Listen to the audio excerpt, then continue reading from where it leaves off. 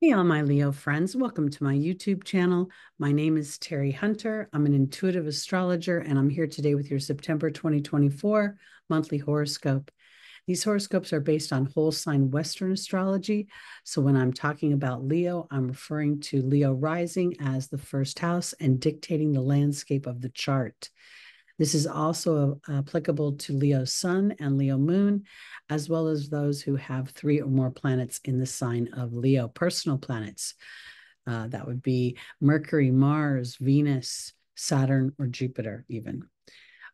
When I talk about a day and a time, I'm basing it on the Pacific time zone, so please adjust for your location. The month starts off with Uranus going retrograde in your 10th house of career and social status and reputation. Uranus has been in that house since 2018 and will continue until 2025. Wherever Uranus goes, it creates a little bit of upheaval, can even create a sense of unsuredness because there's a changing of the guard. Uranus is breaking down old structures that don't work and wanting to implement new structures that are untested, there's no precedent for. Uranus rules technology, it rules space, it rules invention. So these are things that start off on a hypothetical note and then are manifested into the material in ways that change society, change how we do things. We also see that Uranus rules the mass consciousness, the bigger picture. So here, what we're seeing is you looking at the bigger picture of what you want to build, Taurus, your skills, your voice, your sense of security, but in some sort of new way. And this has been going on, as I said, for quite some time. And in doing so, it is offering you now in this retrograde an ability to review where you've been and recalculate wherever there might be uh, areas that are not serving you. The square to Mercury is pretty significant because this is the third time, and pretty much throughout most of August and now the beginning of September, Mercury is going to be in a square with Uranus. Mercury is in your first house. It was retrograde at the end of August, and now it's moving forward. So your thoughts are very much going to be on how do I want to realign with a bigger sense of myself, a bigger sense of my hopes and my dreams. And this is very much supported by Pluto and by Neptune. Uh, but this is also a long conversation between Uranus, Pluto, and Neptune. This is going to go on for years as they change signs. They're going to stay in this configuration. So we're going to be continuing to dig down what doesn't work, what's toxic. We're going to continue to remove the fog and anchor in a more tangible sense of our spiritual beliefs and divinity. And it's going to bring the potential for real renovation of your life. So right now, Pluto, as it is in Aquarius, is in your seventh house of partnerships. Aquarius naturally rules the house of friendship, the house that Uranus rules. It's a house that really is very broad in its perspective. In some ways, it cannot really be walking on the earth. It sort of sees rather than the individual, although it enjoys its individual expression, it really sees the bigger picture of how to make life better, more easy, more peaceful. So here is Pluto is just dipping its toe into your seventh house, which is also overlaid by the house of partnership and peace and cooperation. So this is your house of marriage. It's your house of professional contractual partnerships. And there is something changing. Wherever Pluto goes, it brings up the underbelly that is actually thwarting your power, or where there is out of balance power and control in the sense of fears, that psychological imprint that sometimes sits underneath everything and is the dictator of our choices. So as it moves back into Capricorn, your sixth house of work, health, and service, and I say that in the sense of I think this is about your mental health. This is really going to break up anywhere you feel enslaved to an idea of what you should be or must be in order to be. And I think a lot of this is being renovated and rewritten, and a sense of your own personal genius and your own personal definition will help ease this tension between the everyday mind. And I want to offer this too, because Mercury rules not only our everyday communications, it rules journalism and the media and short bits of information. It rules X, aka Twitter. It rules TikTok, and it rules you scrolling over your feeds. So you could find yourself in some ways standing up for something you really believe in as well at this time. I don't know if that's going to go on, but this is your voice. The Taurus rules the voice. It rules the sense of self as it was molded through the family experience and your skills. It rules craftsmen. It rules agriculture and the chefs and people who work with the earth and nurture it and continue to help it to grow. So all of these things are sort of metaphoric on some level as you apply them to your actual experience here on the earth. That made sense. Now we go later in the day and Pluto will go back into Capricorn. Oh, I'm sorry. Later in the day, I meant to go to the time. I'm going to move to 10 p.m. And by then we will see that Pluto has re-entered Capricorn. Capricorn is your, again, sixth house. So it is a house where there are fears, trepidation, where there's a sense of government and authority that dictates the rules with which I live by. And I believe that this 29th degree that we're seeing here is really an opportunity to look at how I think. 29 reduces down to an 11, which is the master number of thought, and any fears, trepidations, doubts, obligations, responsibilities that are out of balance, Pluto is going to probably put some real tension on. I'm trying to be gentle, but wherever Pluto goes, something dies so that something else can grow. And the sextile to Neptune at 29 degrees seems to emphasize this even more to me. Really sort of being aware of where I want to escape and pretend that, you know, things aren't going to get better. Pisces is your eighth house of transformation of other people's money. And this is going in their house of work. So if you're in any way disempowering yourself or holding yourself back through fear and trepidation, there's going to be some experiences that allow or afford you an opportunity to shift that, but they're not easy. We see that Pluto is at this time is in the focal point of this quincunx to Mars at 28 degrees. So this is re-engaging or re-emphasizing that, reduces down to a 1. So the thoughts. The moon here is at 0 degrees. And while we know that that moves quickly, here it is in Virgo, there's a real opportunity, I think, because Virgo rules the thought process, analysis. So as the moon moves through this, there's going to be this unconscious, that's the quincunxes, which I think is sort of this weird feeling of knowing and not knowing. It's like knowing something's happening, but not knowing how it's happening. It's like that weird intuitive foreboding. I'm going to put it that way. But this foreboding is supported by both Uranus in its ability to transform your life, to bring on new situations, a new regime. And then we see Venus over here at 4 degrees of Libra, which is pretty significant because she is conjunct the supergalactic center.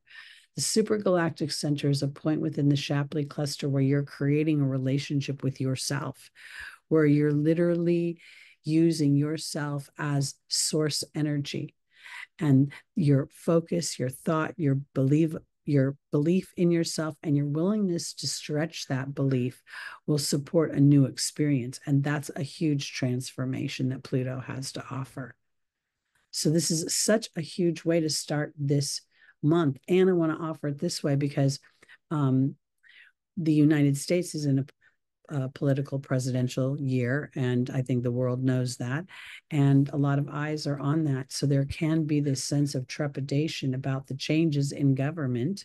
We see Pluto here in going back into the natural, your sixth house, but the natural 10th house, which rules leadership, government, ambition, drive. So there's a real calling to dig down deep into your oversoul, your inner voice, the voice that speaks without a mouth or without words, and starting to trust that as your true north. But it may not be very easy. Now we go into the next day. On the 2nd, we're going to go into a new moon. This is in Virgo at 6:55 p.m.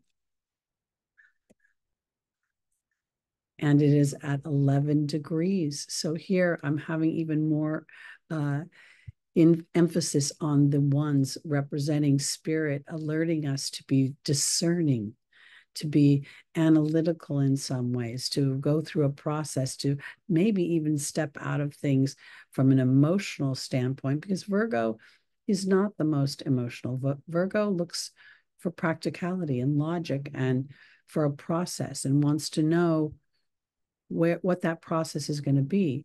So here, the only real aspect that this new moon is making is to Saturn. And Saturn is in your 8th house, the 8th house of other people's money, of power and control over me, of that deep psychological imprint that dictates my choices and that is ruled by Pluto. Those choices are ruled by Pluto. The 8th house is now Pisces, which is that ancestral, it's like your soul's DNA, the habitual choices you've made. So there's a strong sense of intuitive knowing, because we're talking the 8th house for my Leos. We're talking Pisces is the subconscious. It's the intuitive. It's where I want to escape, where I want to hide from my transformation. But it's also an opportunity to be discerning and to use that inner voice and be aware of how your mind has a loop. Your mind is a structure, and that structure has an imprint. And it is with intentional thought that you manifest things. So as you become aware of your intentional thought and you use the process of the Virgo energy, you plant the seeds for a new beginning that rewrites your fears, your trepidations about your skills, about your power, about potential control. Virgo is your 2nd house, where you make money, where you use your skills, where you speak with your true voice. And earlier we were talking about Taurus. Taurus is your 10th house, but here this is the Taurus overlay, meaning the 2nd house is naturally ruled by Taurus. Then we have this stronger environment of Virgo wanting process, and the house that naturally rules your voice and your skills. So somewhere you're going to be discerning and planting the seeds for some sort of release of the power and control that sits in your underneath everything, meaning that part of you that is so well imprinted that you don't even realize it's an imprint. So let me give you a mundane example. Around the world, people get up every morning and have breakfast, but they don't all have the same breakfast. Some people have fish for breakfast. Others have eggs. Others have coffee. Those are the kind of things that sit in this Virgonian energy. So whatever your process is, you're going to become more discerning about it. And I believe a lot of that is going to be about how people, situations, finances, because the 8th house rules money, it rules financial markets, stock market, and how that has control over you. So I think this is really powerful. We also see that Mars is in a quincunx to Pluto and a square to Neptune. And I think that this is important because I think it's indicating about slowing down to, again, discern as we're making, a new moon is about planting intentions. A new moon is about planting the seeds for something that has not manifested. And right now there's a heightened sense of fear everywhere. And so I think this is about discerning whether you're making your choices based on fear or trying to stave off, potential annihilation. But this is at the same time where this digging deep, being aware of the repetitive thoughts, whether they're of fear or if they're of I hate to use the word positive because trying to be positive when you feel negative is like gasoline on a fire, but putting an intention out to spirit to say, I need this sort of experience in order to really anchor into my human body. And now I'm going to release the fear. This is very important because the fear is what the universe responds to. And the confidence or the joy is also what it responds to. So Mars is a little challenged here because it can't really feel or see. And the thing about it too is that Mars and Pluto both rule Scorpio. So there's already this feeling of the eighth house being lit up by the new moon because this is your eighth house. And I say that because this is where the obstacle is. This is where the restriction is. There's a planting of a seed to remove the obstacle, to remove the whatever is holding you back from thriving and making more money and having resources. And it could be, God bless Leo, that you're too pissed off. You might just be a little frustrated. And if you're not, this could indicate that you're not pissed off enough. This is some sort of blind side. And I think it might have to do with potentially unexpressed frustration or anger. All right, onward and upward. Let's go to the 4th, where Mars enters Cancer. Now, this is not Mars's greatest spot. It's exalted up here in Capricorn, which means it's a revered and honored guest when it is in Capricorn. And when it is in Cancer, it's what they call in fall. And it's a place where you feel a lack of respect. You don't necessarily feel valued. The planet feels like it's not heard and it's not taken seriously. Well, as Mars moves into Cancer, Mars's anger and frustration is not taken seriously. Cancer energy wants that to be more emotive, more compassionate, more aware of others. And Mars is like, I don't know, I'm about me. I don't want to do that. But as we move into this tense sort of energy of Mars being in Cancer, there's two real opportunities for the human, as the human has its own ability to set intention. So while some could see a pressure cooker where literally the water and the fire creates steam to blow the lid off of something, and that would be very indicative of this T-square that we see growing here. But it also, as Mars moves deeper into Cancer, can start to be that steam engine where the steam actually moves the locomotive forward. And that is awareness. That is intention. That is living in the present moment and looking at any divine disruptions as opportunities to hone new skills. And those skills could very much be skills of faith, skills of intention, and skills of focus. Okay, let's go to the 9th, where Mercury will re-enter Virgo.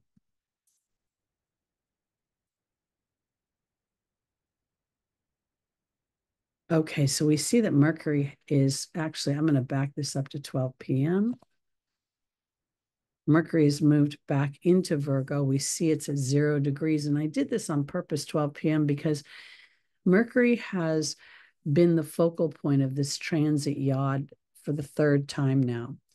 It had moved into Virgo in August, then retrograded back into Leo, and then moved back forward into Virgo. This is giving you a real opportunity to think about the kind of media you're saturating yourself in. Is it serving the picture where you want to go?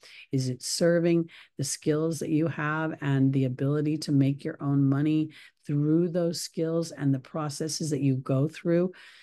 Mercury rules many, many things. It rules our everyday lives, our communications, our emails, TikTok and X, aka Twitter. I really like to call it Twitter. It rules democracy. It rules your childhood experience. It rules your workmates, your teammates. I mean, it's sort of this endless planet of human experience. And we see that it's making not only this quincunx to Neptune and to Pluto. So this is really the Pluto representing the breaking down of old structures. Pluto, offering a rise of the phoenix if one would address the toxic waste that's interrupting that.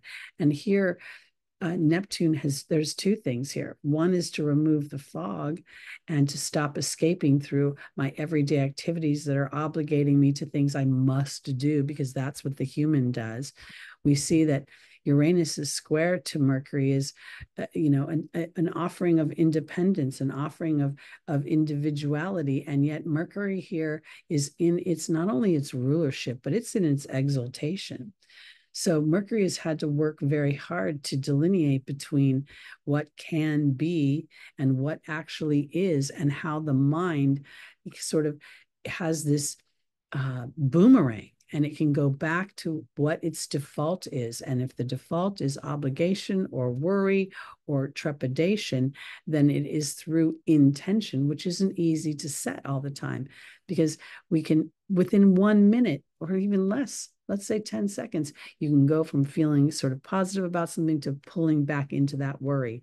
And all of this is kind of showing up as we enter Mercury's enters into its rulership.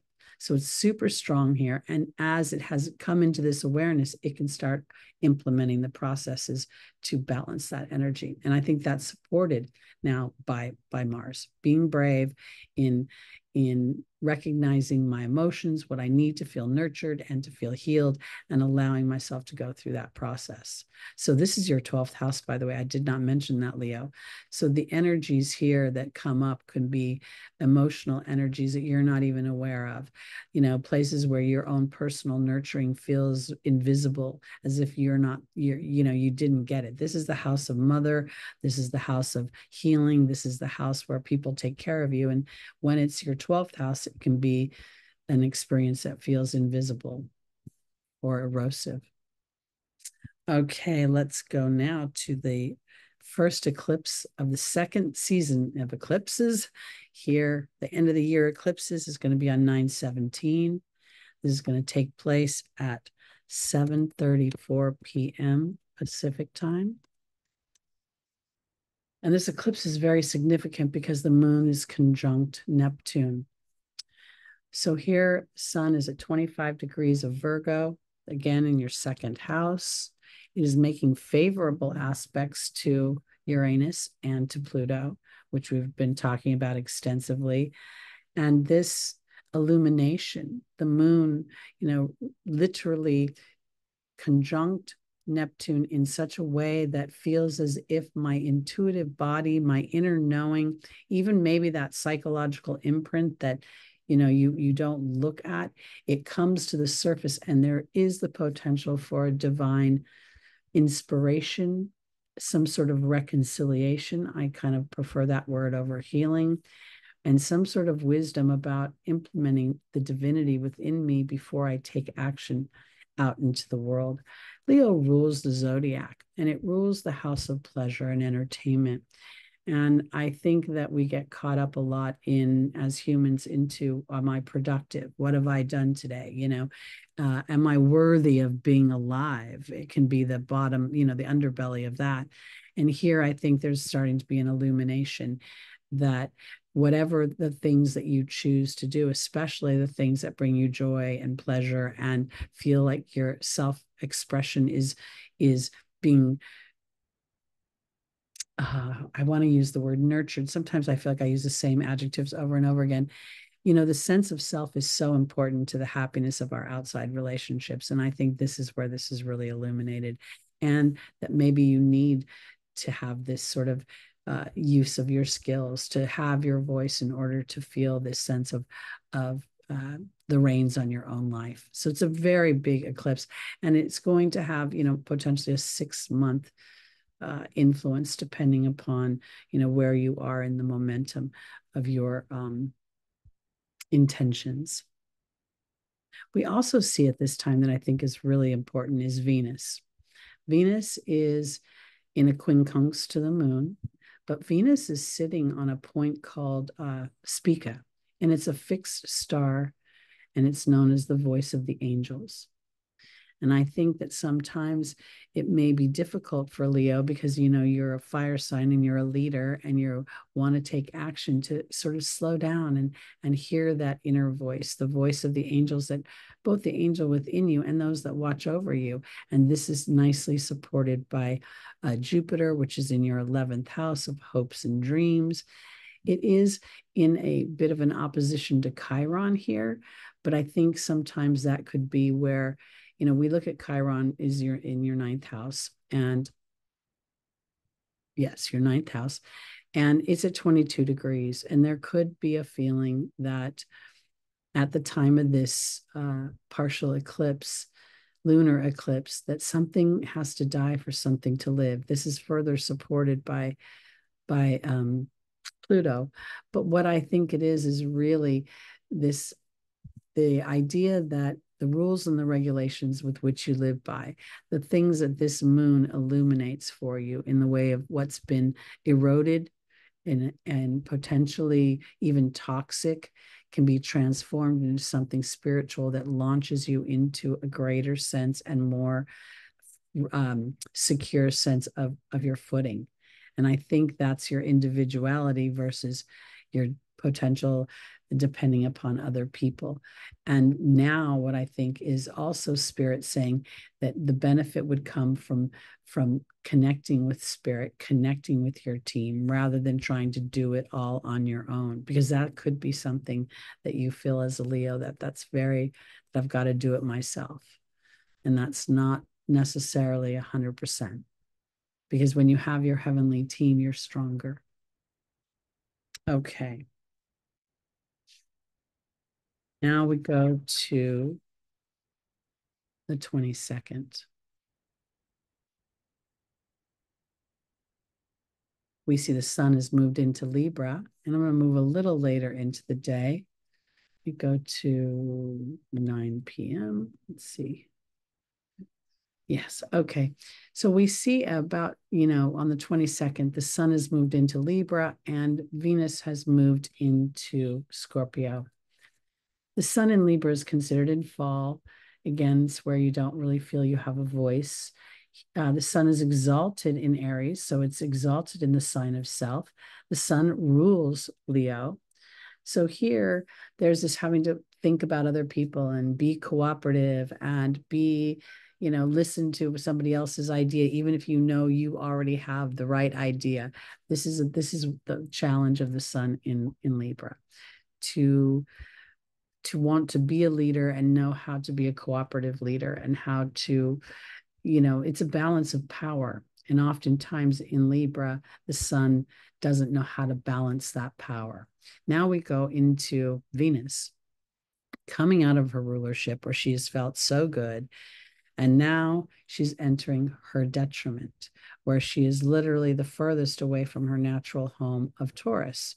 And this is where you can feel out of control, out of ease, just like, you know, just completely, you know, fish out of water kind of feeling. And both of these houses right now are representing, in the energy of Libra and Scorpio, a sense of other people influencing the Leo in some way, either through partnership, through money, through power. And I think this is an opportunity to sort of lay back and allow yourself to observe from a more intuitive level than I would per se try to look for the facts in the 3D world. We're talking about water here with Scorpio. So this is going to be digging down into that emotional body where there is power and control held over me. And then we're talking about the sun in this air sign, which can create, you know, on some level, stoke the fires here. But I think the important thing about this to note also is that the sun is about to be on the galactic center. And we talked about this at the top of the video, the supergalactic center, actually. And the supergalactic center is at 2 degrees, 22 minutes of Libra. It is a point in the Shapley cluster that offers us an opportunity to build the relationship with the self, so that it is, the self sees its potential as source, as a manifester, as a receiver. And I think this is where the sun feels, well, no, I need a partner. I'm in this sign of partnership. And this is again where your heavenly hosts, your team is your partner, just like when Venus was on Spica a few days ago. So I think this is important. We also are going to see Venus move on to another point in the Shapley cluster called the Shapley attractor in 2 days. And let's jump there, actually. Let's go there now. Because this is an opportunity for her. Oh, actually, we see the sun is conjunct the Shapley, the supergalactic center, and Venus is conjunct the Shapley attractor. So as I stand as source energy for myself, as I connect with my divinity and I understand that it's my being energy, my belief, my disposition, and my connection with spirit as a soul that offers me an ability to manifest the things that I want. And this is where Venus is actually releasing false attachments, releasing things that aren't aligned to the greater truth of what she wants to experience in all facets of her Venusian energy. So she's going to want to have a great partnership. She's going to want to make great money, and she's going to want to be respected as an equal. And here she's really having to stand in these foreign territory of other people, asking her if she feels powerful enough, if she feels brave enough, if she feels strong enough. And I think through this awareness, she can transform. It's not easy, but I think she's up for the task. Meaning you're up for the task. All right, let's go now to the 26th. Now we see that Mercury is starting its conjunction with the supergalactic center. Venus is still in orb to the Shapley attractor, and so is this. The sun is in conjunction with both Mercury and the South Node, and they're all in conjunction with the supergalactic center. So now thoughts of how I assert myself, my ambition, my drive.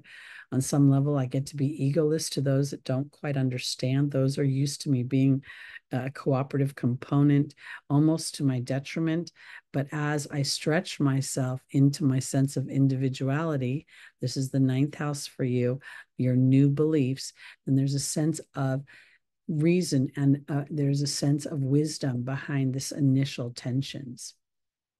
I think this is super powerful. Now let's go to the last day of the month.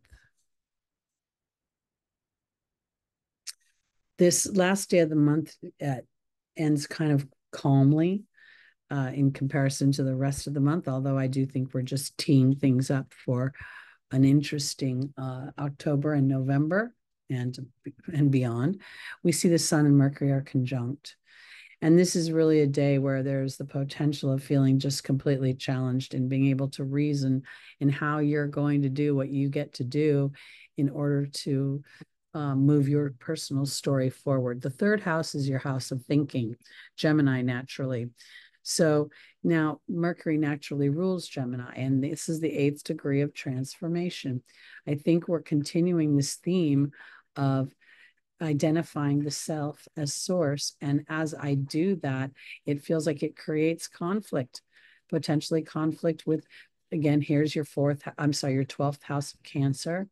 And here there could be, this fear of taking action that would be, it could potentially be considered selfish, maybe we could say, but at the same time, I think that this is so powerful.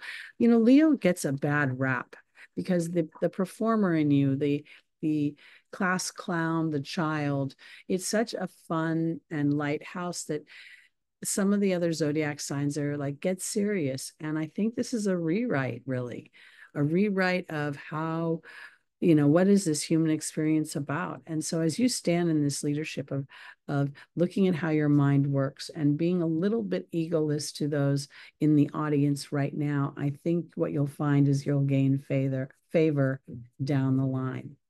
And I think this is supported by this growing trine between Neptune and, Venus and Mars. And then Mars is making a nice trine to Saturn.